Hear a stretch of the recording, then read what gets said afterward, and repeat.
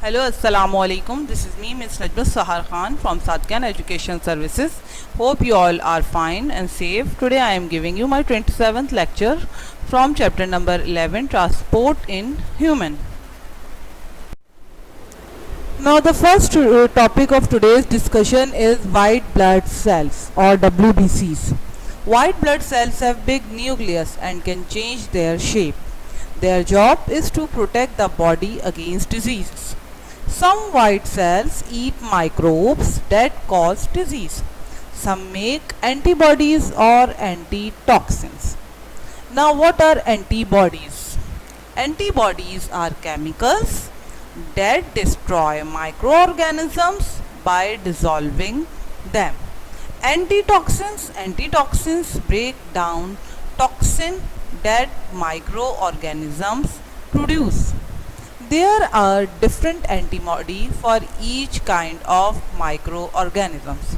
अब देखिए white blood sales का जो फंक्शन होता है वो बॉडी को इम्यूनिटी प्रोवाइड करने का मैकेनिज्म, यानी कि एक्चुअली ये प्रोवाइड करते हैं, ठीक है, इम्यूनिटी प्रोवाइड करते हैं. इनके बहुत सारी टाइप्स होती हैं वाइट ब्लड सेल्स की, WBCs की, ठीक है, जो कि एंटीबॉडीज़ और एंटीटॉक्सिन्स प्रोड्यूस करते हैं, जिसकी वजह से बॉडी को प्रोटेक्शन मिलती है अगेंस्ट डिफरेंट डिजीजेस.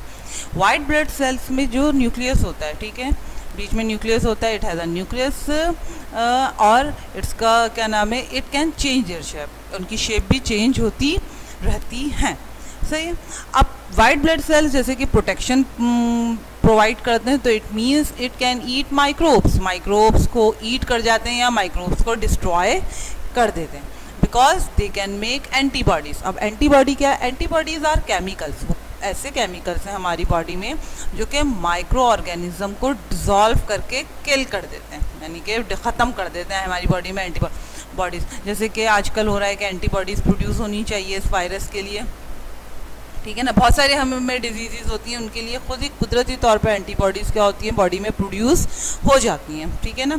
या मेडिसिन वगैरह से जब हम ले लेते हैं, क्योर हो जाते हैं, तो हमारे पास जब भी कोई फॉरेन बॉडी हमारी बॉडी में एंटर होती है या माइक्रोब्स बॉडी में एंटर होते हैं, तो उसके ख़िलाफ़ बॉडी में क्या हो जाती हैं, एंटीबॉडीज़ प्रोड्यूस हो जाती हैं. अब वो एंटीबॉडीज़ उसके साथ बाइंड करके क्या करती हैं, उसको डिस्ट्रॉय कर देती हैं. इसी तरह एंटीटॉक्सिन्स भी प्रोड्यूस होते हैं. अब टॉक्सिन का मतलब होता है पॉइजन, ठीक है. अब टॉक्सिन कहाँ से आ रहा है? कुछ माइक्रो ऑर्गेनिजम्स बॉडी में ऐसे एंटर होते हैं जो कि टॉक्सिन प्रोड्यूस करते हैं. उस टॉक्सिन को अगर वक्त पे नहीं ख़त्म किया जाए, रोका ना जाए, तो वो क्या करते हैं, फिर बहुत ज़्यादा प्रॉब्लम क्रिएट करते हैं बॉडी में, वो हार्मफुल होते हैं. तो उसके लिए भी जो एंटीटॉक्सिन्स हैं वो भी वाइट ब्लड सेल्स प्रोड्यूस करते हैं, ठीक है. अच्छा, ये एंटीबॉडीज़ जो होती हैं वो हर माइक्रो ऑर्गेनिजम्स के लिए अलग अलग होती हैं, क्योंकि अब जितने भी माइक्रो ऑर्गेनिजम्स होते हैं उनका स्ट्रक्चर चेंज होता है. वो उस स्ट्रक्चर के अकॉर्डिंग जो होती है उसके लिए एंटीबॉडीज़ फॉर्म होती हैं. This is the microscopic structure of white blood sales और WBCs. Now look at the diagram, ठीक है ना. अब इधर देखें, आपके पास माइक्रो ऑर्गेनिज्म है, कोई भी माइक्रो ऑर्गेनिज्म है जो फॉरेन बॉडी है आपकी बॉडी में एंटर हुआ है. अब वो माइक्रो ऑर्गेनिज्म टॉक्सिन प्रोड्यूस कर रहा है, ठीक है. टॉक्सिन प्रोड्यूस करेंगे यानी कि पॉइजन प्रोड्यूस करेंगे या ऐसी चीज़ें प्रोड्यूस करेंगे जिससे आप क्या हो, वो आपको कोई ना कोई डिजीज़ हो, ठीक है ना. ऐसी माइक्रो ऑर्गेनिज्म अगर वो टॉक्सिन प्रोड्यूस कर रहे हैं जिससे कोई ना कोई डिजीज़ होगी, ठीक है. अगर इस टॉक्सिन को यहीं पे नहीं रोका जाएगा, यानी कि इसके लिए कुछ ना कोई क्योर नहीं लिया जाएगा या कुछ नहीं किया जाएगा, तो क्या होगा, ये डिजीज़ स्प्रेड हो सकती है इस तरह. तो अब है वाइट ब्लड सेल्स, बॉडी में वाइट ब्लड सेल्स हैं. White blood cells are for defence mechanism. White blood cell foreign जो इनके जो टॉक्सिन्स की जो बाइंडिंग साइट्स हैं, 4 बाइंडिंग साइट्स हैं ना, उसके टॉक्सिन का क्या होता है, एंटीटॉक्सिन वो प्रोड्यूस करेंगे. अब वो सारे के सारे एक कैप की तरह वो हर जगह बाइंड हो जाएंगे, जैसे ये आपको नज़र भी आ रहा होगा, ठीक है ना.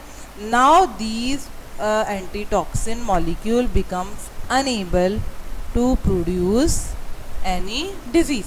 लिखा हुआ है वाइट ब्लड सेल में produce antitoxin which bind to the toxin produce by the microbe, ठीक है ना. अब ये एंटीटॉक्सिन की इसके बाइंडिंग के साथ now they are unable to produce any disease in your body. Now look at the diagram that how the white blood cells give defense to the body. Look at the diagram. ठीक है, अब diagram में देखिए you have a capillary, ये capillary है, capillary has cut और small openings. ठीक है, ये बीच में से कट हुई हुई है. अब उस कट में से white blood cells are moving. ये वाइट ब्लड सेल, ये आपको कट सेक्शन दिखाया जा रहा है. ठीक है ना, वरना अंदर बॉडी में ऐसी कट फॉर्म में नहीं होती, सिर्फ आपको शो कर रहे हैं कि कैपलरीज के अंदर वाइट ब्लड सेल्स हैं. अब white blood cells can change their shape. ठीक है ना, वो जितनी भी जगह होती है वहाँ से मूव कर जाते हैं. अब बॉडी के अंदर अगर बैक्टीरिया एंटर हुए हैं, उनको सिग्नल्स मिल रहे हैं अगर वाइट ब्लड सेल्स को, तो वाइट ब्लड सेल्स कैपलरीज में से बाहर आएंगे. They move outside from the capillaries. ठीक है, from the capillary wall, because capillary wall has a cut और small opening. They move towards the micro organisms. वो माइक्रो ऑर्गेनिज्म क्या है? फॉर एग्जाम्पल बैक्टीरिया है या जर्म्स है, वो जर्म्स की तरफ मूव करेंगे. दे मूव और दे अटैक द बैक्टीरिया. जैसे ही वो अटैक करेंगे, दे स्टार्ट ईटिंग दैम. वो उनको ईट करना शुरू कर देंगे. ठीक है, उनको ख़त्म करना शुरू कर देंगे, उनको किल करना शुरू कर देंगे. ठीक है, और इस तरह से वो बैक्टीरिया को पूरा ख़त्म कर देंगे. In this way, white blood cell gives defense to the body. Now platelets. Platelets are bits of cell broken off larger cells in bone marrow. They help to clot the blood and stop bleeding. At cuts, it works like this. Platelet cause tiny fibers to form a net across the cut. RBCs get caught in the net, forming a blood clot. The surface of the clot hardens to form the scab. This keeps the cut clean while new skin grows. Platelets जो होते हैं, bone marrow के sales जो होते हैं, उसकी broken parts होते हैं, उसके बिट्स होते हैं. ठीक है ना. मेन पर्पस प्लेटलेट्स का होता है clotting of the blood when you have any injury, यानी कभी कोई कट लग जाए या कुछ हो जाए तो कोई इंजरी वगैरह के अंदर it helps to clot the blood. अब ये किस तरह से क्लॉट करते हैं कि अगर जिस जगह पे कोई कट वगैरह लग गया, इंजरी हो गई है, तो इट फॉर्म अ नेट. ये वहाँ पे क्या फॉर्म कर देते हैं, कोई ओपनिंग हो गई है, कुछ खुल बॉडी के अंदर ऐसा कट लग गया कि वहाँ से बॉडी जो है, वहाँ से कट से बॉडी एक्सपोज हो रहा है, अंदर से पार्ट्स एक्सपोज, वो अंदर एक्सपोज हो रहा है, यानी कि स्किन हट गई है. तो वहाँ क्या होता है कि प्लेटलेट्स करते हैं, एक फाइबर नेट फॉर्मेशन होती है, फाइबर की नेट की फॉर्मेशन होती है. ठीक है, वहाँ नेट किससे बनता है? फाइबर से बनता रहता है. ठीक है, अब उस फाइबर के अंदर रेड ब्लड सेल्स जो होते हैं वो कॉट होते रहते हैं. थोड़े दिनों बाद आपने देखा होगा, ये उस वक्त वो जब ब्लीडिंग रुक जाती है तो एक हल्की सी एक रेड कलर की जो होती है, वहाँ थोड़ा सा स्किन जो होती है हार्ड होना शुरू हो जाती है. ठीक है ना, दैट इज़ कॉल्ड स्कैब. अब जब तक ये न्यू स्किन नहीं आती, वो एक स्कैब फॉर्म हो जाता है जो हार्ड होता रहता है. इससे स्कैब की फॉर्मेशन से ये होता है कि कोई भी बाहर से फॉरेन बॉडी जो होती है वो वहाँ से, या कोई जम्स जो होते हैं वो वहाँ से बॉडी के अंदर एंटर नहीं हो पाते, और ब्लीडिंग भी क्या हो जाती है, स्टॉप हो जाती है. ठीक है, तो एक्चुअल जो है इसका वर्क क्या है, what is the purpose of the platelets? To stop bleeding or the clotting of the blood. Now look at the diagram in which you can see platelets are moving along with the red blood cells into the blood stream.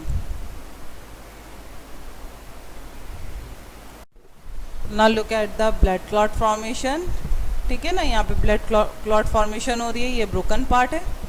ठीक है ना, broken blood vessel है. ठीक है, cut है, कुछ भी opening है. ठीक है, रेड ब्लड सेल्स हैं. ठीक है ना, यहाँ पे आपको नज़र आ रहा है कि यहाँ से ब्रोकन हो गई है स्किन. अब जब भी प्लेटलेट्स का पर्पस क्या है, प्लेटलेट्स इस ब्रोकन पार्ट में से यहाँ से ब्लीडिंग को स्टॉप करेगा, है ना. ठीक है ना, और क्लॉट फॉर्मेशन करेगा. अब क्लॉट कैसे फॉर्म होगा, नीचे देखिए क्लॉट कैसे फॉर्म होगा. अब ये जो है लाइट, ये जो क्रीम कलर के जो है, ये प्लेटलेट्स हैं. प्लेटलेट्स फॉर्म फाइबर, ये फाइबर नज़र आ रहा है, फिब्रिन. ठीक है ना, अब ये जो है ना फिब्रिन यहाँ पे एक नेट फॉर्मेशन करेगी. ठीक है, जैसे जैसे ये नेट फॉर्म होता रहेगा, अब इसके अंदर रेड ब्लड सेल क्या होता रहेगा, कॉट होता रहेगा. ठीक है ना, इसमें ट्रैप होता रहेगा, और वो पूरी जो कट वाली जो ओपनिंग है वो वहाँ पे वो पूरे का पूरा इसको ट्रैप करके एक लेयर सी फॉर्म कर लेगा. ठीक है ना, स्कैब की लेयर फॉर्म कर ले. इस तरह से ब्लीडिंग क्या हो जाएगी, स्टॉप हो जाएगी. Now this is another figure of blood clotting mechanism. Look at the normal blood vessels in which all the blood cells are moving normally in the blood stream, ठीक है ना। अब जैसी डैमेज ब्लड वेसल हुई, blood vessel किसी वजह से damage हुई, ठीक है, तो क्या होगा, एक्टिव प्लेटलेट्स एक्टिवेट हो जाएंगे, it moves toward the damage area, ठीक है। डैमेज एरिया की तरफ मूव करेंगे तो सबसे पहले क्या होगा, vasoconstriction. Vasoconstriction means the process by which you limit the blood flow and platelets form a sticky plug, और उस जगह पे प्लेटलेट्स जो होते हैं वो एक लेयर सी बना लेंगे, ठीक है। फिर एक फिब्रिन की फॉर्मेशन होगी। फिब्रिन क्या, यानी कि फाइबर्स फॉर्म होना शुरू होंगे। फाइबर्स में रेड ब्लड सेल्स जो होंगे वो ट्रैप होना शुरू हो जाएंगे और इस तरह से उस एरिया से जो होती है वो ब्लीडिंग स्टॉप हो जाएगी। Now the clot has been formed. Now the next topic, how things get in and out of the blood, ठीक है। Now look at the blood vessel, ये ब्लड वेसल है, ठीक है। इसमें से देखिए सेल्स आर मूविंग, ठीक है। जब सेल मूव कर रहे होते हैं, ठीक है, आपने देखा होगा इसमें कार्बन डाइऑक्साइड वेस्ट पूरी बॉडी से एंटर होते हैं, ठीक है, और यहीं से न्यूट्रिएंट वगैरह और ऑक्सीजन वगैरह जो है वो बॉडी के अंदर रिलीज हो रहे हैं। This is a capillary. एक तो ये कैपिलरी है ना, ठीक है। अब कैपिलरीज में क्या हो रहा है,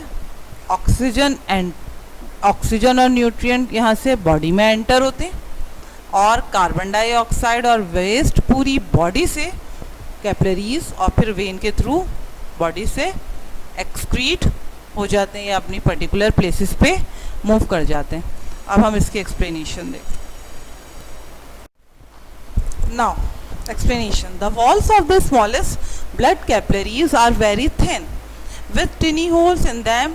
A liquid called tissue fluid leaks out. Tissue fluid is mainly water and it forms a continuous link between the water in the plasma and water in the cell cytoplasm. Fluid found in the spaces around cells. It comes from substances that leak out of the blood capillaries. अच्छा देखिए, मैं अभी आपने blood capillary देखी, ठीक है ना। Blood capillary जो होती है वो दोनों एंड से जो होती है, एक एंड से आर्टरी के साथ अटैच होती है तो सेकंड एंड से वो वेन के साथ अटैच होती है, ठीक है। आर्टरी से अगर अटैच है तो it means it is carrying oxygen और, ठीक है, और अपने साथ न्यूट्रिएंट वगैरह लेकर आ रही है जो कि फिर वो बॉडी में रिलीज़ करते जाते हैं। जबकि अगर वेन्स के साथ है तो वेन में क्या कर रहे हैं के साथ जब होती है तो वो बॉडी से जितना भी कार्बन डाइऑक्साइड वगैरह होता है, वेस्ट वगैरह जो होता है वो वहाँ से जो होता है वो फिर वेन के थ्रू मूव कर जाता है।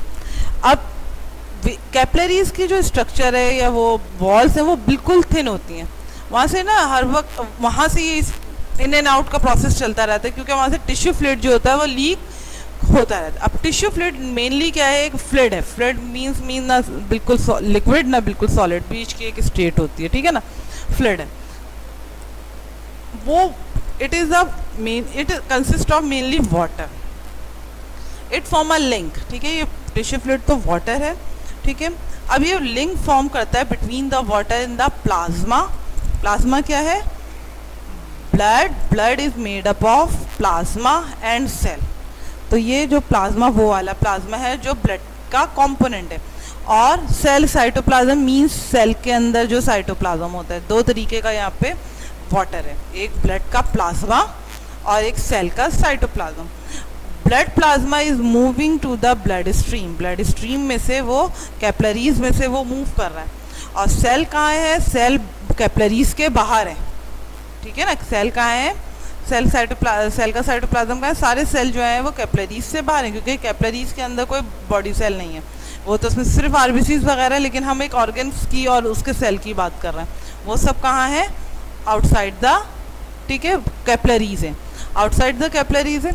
अब उन दोनों के अंदर वाटर के बैलेंस को रखने के लिए वो टिश्यू फ्लूइड होता है, ठीक है ना ये, और इसमें ही एक्सचेंज हो रहा होता है। सेल अपने अंदर से कार्बन डाइऑक्साइड वेस्ट वगैरह कैपिलरीज में दे देते हैं।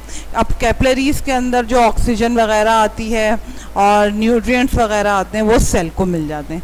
तो ये इस तरह का एक एक्सचेंज प्रोसेस चलता रहता है। Now the topic is blood circulation.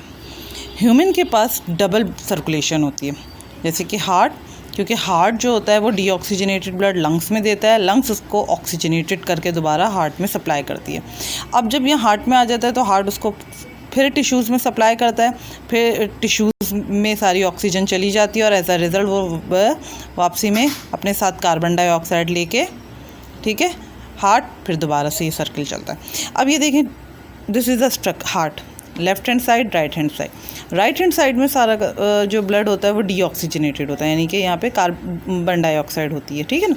ये जो ब्लड होता है ये कहाँ जाता है? लंग्स में। लंग्स में प्यूरिफिकेशन होती है, कार्बन डाइऑक्साइड बाहर निकलती है और ऑक्सीजन क्या होती है उसके साथ ऐड होती है, then it enter into the heart. Heart के लेफ्ट हैंड साइड में ऑक्सीजनेटेड ब्लड है।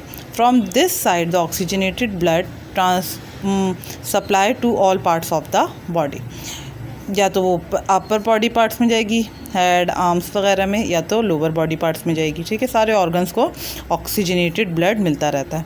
अब जैसे ही ऑक्सीजनेटेड ब्लड सारे ऑर्गन्स को मिलता है तो एज अ रिज़ल्ट जब वो बाहर निकलता है ब्लड, अब उसके साथ क्या है? कार्बन डाइऑक्साइड, ठीक है ना। अब हर बॉडी ऑर्गन के अंदर क्या है? टिश्यू फ्लूइड है। टिश्यू फ्लूइड का किस लिए रिस्पॉन्सिबल है? कि उसी टिश्यू फ्लूइड के अंदर ऑक्सीजन है, सारे न्यूट्रिएंट हैं, सब कुछ जो भी रिक्वायरमेंट है वो सब इसके अंदर मौजूद है। वो सारे ऑर्गन्स जो हैं वो ले लेते हैं, ठीक है। और जब वो वहाँ से जब टिश्यू फ्लूइड बाहर निकलता है तो उसके साथ कार्बन डाइऑक्साइड, वेस्ट वगैरह मौजूद होता है। फिर वो जब कार्बन डाइऑक्साइड वाला ब्लड दोबारा एंटर हो जाता है राइट हैंड साइड पे, और वो फिर लंग्स में प्यूरिफाई होने के लिए चला जाता है।